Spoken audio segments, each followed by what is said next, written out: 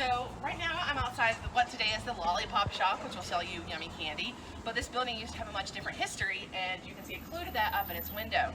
When this building was originally built in 1905, it was a Masonic lodge, or the Masonic group in town. And that is the arch left over from that particular chapter of the Masons from when this was their lodge. And they later moved out of this building, but that was its original purpose.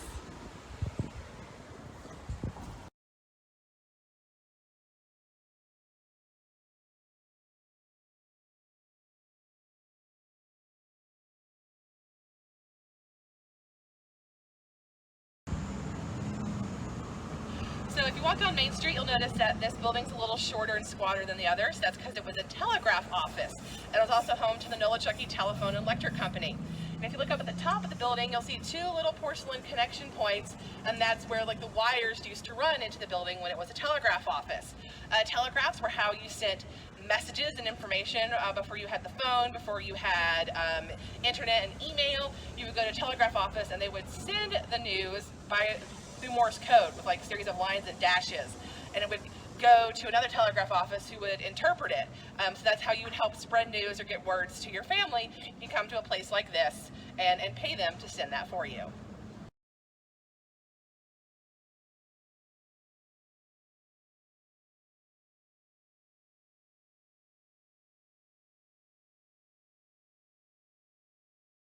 If you look up at the very top of this building, you'll see a ghost sign. We call it a ghost sign because it's a sign that used to be painted on the building, but it's starting to fade, kind of like a ghost. But you can kind of see that it still says R.M. May and Sons because the Mays owned this entire block. It was part of their mercantile block. And before, you had billboards and advertisements on TV and radio like you had today, you would paint your advertisements on the side of your buildings so that anybody walking by could look up and see exactly what you had to offer inside the store.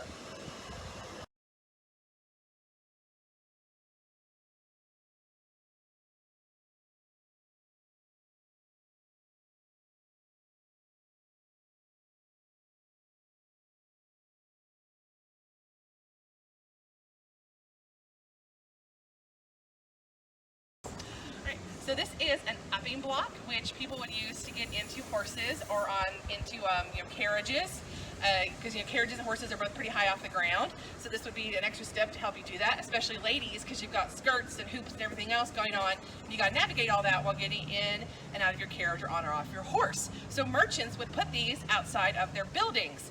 Now, if you were standing right here at the top and you looked straight that way, you would be looking straight into that window.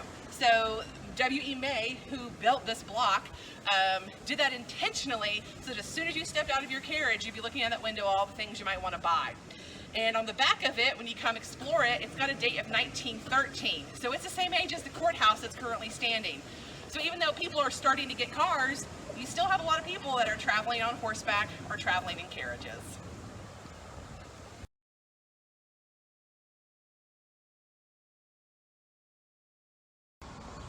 So I'm here with the Boone Trail Marker.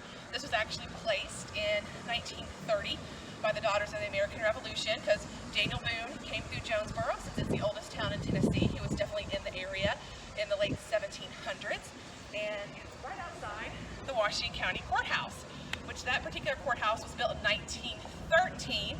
The courthouse is the whole reason Jonesborough exists, so it could be the local seat of government for what was then North Carolina, but of course today is the state of Tennessee. So lots of history right here on this square.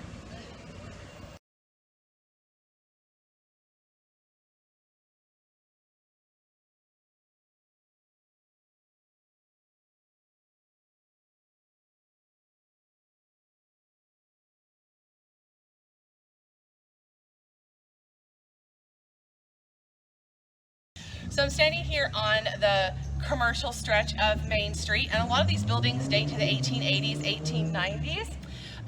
Some of them have clues as to who built them. So if you look at the top of buildings, sometimes you'll see names, like that says Dilworth, and then the building next to it says Vines. So sometimes people would put their names on the buildings they built, or sometimes the buildings they remodeled.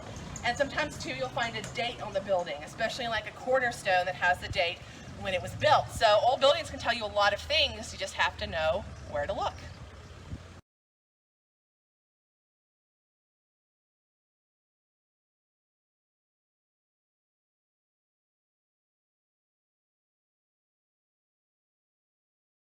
So we have a lot of examples of different architectural styles here in Jonesborough, and the building behind me is from the early 1900s. It's Art Deco in style, and in Art Deco you had a lot of geometric patterns and shapes. So if you look up there in the detail, you can see lots of shapes right off the bat. And that was the First National Bank. There's going to be a lot of banks on Main Street, Jonesborough for a number of years. Really not so much anymore, but this used to be like a really important banking site for people moving through Tennessee. Today that's home to the Washington County Archives, so you can go there to learn all the fun history of Washington County and see all the old records and, you know, all those old court cases.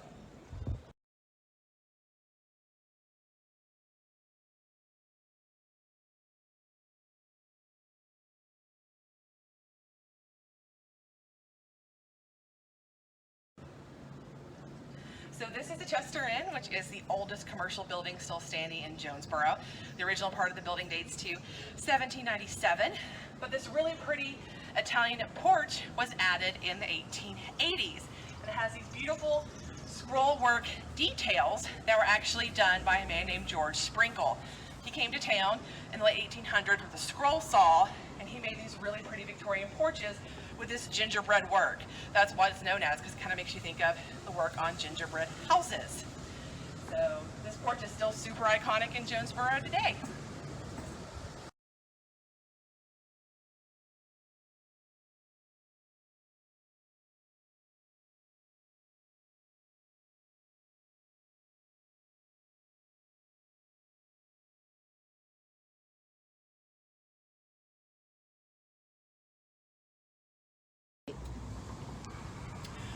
So this house was built in 1904, and it's a really pretty Queen Anne Victorian, but we wanted to point out the porch there on the front. That was actually a porch for people to recover from tuberculosis and consumption and other diseases. Houses began to be built with these in the late 1800s, early 1900s, and it was a way if someone was sick that they could go out and get fresh air to help treat the disease they had. So illnesses throughout time have actually influenced the architecture of houses.